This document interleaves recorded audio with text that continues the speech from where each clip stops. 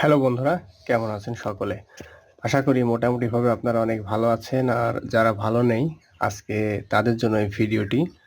যে সমস্ত দাদা ভাইয়েরা যৌবনের শুরুতেই যৌবন শক্তিকে একদম নিঃশেষ করে দিয়েছেন, অতিরিক্ত হস্তমৈথুন বর্ণ যে কোনো কারণবশত যাদের যৌবন শক্তি ক্ষয়ে গেছে, তো আশা করা যায় আজকের এই ভিডিওটি দেখে আপনি যদি আমাদের আজকের এই টিপসটি ফলো করে বাড়িতে এটা তৈরি করে খেতে পারেন, তাহলে একদম নির্দ্বিধায় নিঃসন্দেহে চোখ বুজে একদম বিনা পয়সায় আপনার যৌবন শক্তি ফিরে আসবে। আপনি নারী মহলে ঘন্টার পর ঘন্টা আনন্দ ফুর্তি করতে পারবেন। আপনার স্ত্রী বা আপনার পার্টনার আপনার পায়ে পড়বে। আপনি যে কোনো বয়সের নারীর সাথে আপনি মিলন করতে পারবেন ঘন্টার পর ঘন্টা। সেজন্য অবশ্যই বন্ধু আজকের এই ভিডিওটি দেখতে থাকুন। আর ভিডিও স্ক্রিনে আপনারা অনেকক্ষণ ধরে যে গাছটিকে দেখতে পাচ্ছেন, এই গাছটি সবারই অতি পরিচিত। তারপরেও আমি আরেকটিবার এই গাছটির সাথে আপনাদেরকে পরিচয় করিয়ে দিতে চাই। এই গাছটির নাম হচ্ছে কাটা শাক গাছ। কেউ বলে কাটা নোটে, কেউ বলে কাটা খৈরা। তো এই কাটা নোটে এটা একটি বর্ষজীবী গুল্ম জাতীয় উদ্ভিদ। এটা 1 থেকে 2 ফুট লম্বা হয়। এর কাণ্ড শক্ত গাঢ়যুক্ত এবং কাঁটাতে ভর্তি। এই শাক গাছের শাখা প্রশাখা প্রচুর পরিমাণে চারিদিক থেকে দেখেন বের হয় গুচ্ছাকারে, এবং ছোট্ট আঁটিসাঁটি বান্দা একটি গাছ এটা। এর পাতার আগের দিকটা ক্রমশ সরু হয়ে গেছে, পুষ্পদণ্ড লেজের মতো দেখতে। ফুলের রং অনেকটা ফিকে সবুজ। এর যে ফুলগুলো হয় দেখবেন ফিকে সবুজ, মানে সাদা সবুজের মাঝামাঝি। ফুলের বোটা খুব ছোট। এর যে বীজগুলোর রং কালো।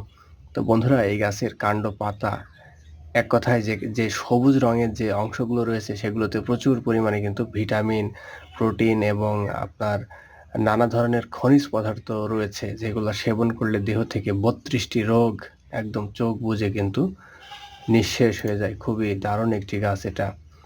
এই কাটানোটে গাছের আপনি যদি এই গাছের কথা যদি আমরা যদি বলতে চাই তাহলে ভিডিওটা অনেক বড় হয়ে যাবে। তবে এই গাছ আপনাকে কষ্ট করে লাগাতে হবে না, হ্যাঁ? এটা বীজ থেকে বংশ বিস্তারিত হয় এবং এই গাছ আপনার মোটামুটিভাবে আবাদি ভূমির মধ্যে প্রচুর পরিমাণে কিন্তু এটা জন্মে। অনেকে প্রশ্ন করেন যে এই গাছ কি চাষ করা যাবে? অবশ্যই চাষ করা যাবে। এটা সবজি খুবই জনপ্রিয়। আর এই গাছ যদি কেউ চাষ করতে চান তাহলে এটা আপনারা মোটামুটিভাবে বর্ষার শেষে, হ্যাঁ? বর্ষার শেষের দিকে তার একটু আগে শুরু করবেন। যেহেতু আশ্বিনে গাছটির ফল হয়, হ্যাঁ?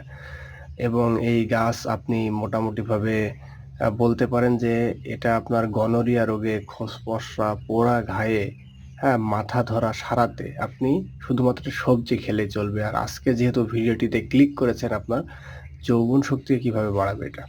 তো বন্ধুরা, একটা কথা জেনে রাখবেন যে আপনার দেহে magnesium, phosphorus, potassium, sodium, zinc, copper, manganese, selenium, হ্যাঁ, lysine, tryptophan, thiamine, riboflavin, niacin, হ্যাঁ, বিভিন্ন ধরনের খনিজ পদার্থ এবং vitamin A, vitamin C, vitamin K, এইগুলোর অভাব পূরণ করাতে হবে আপনার দেহে আগে।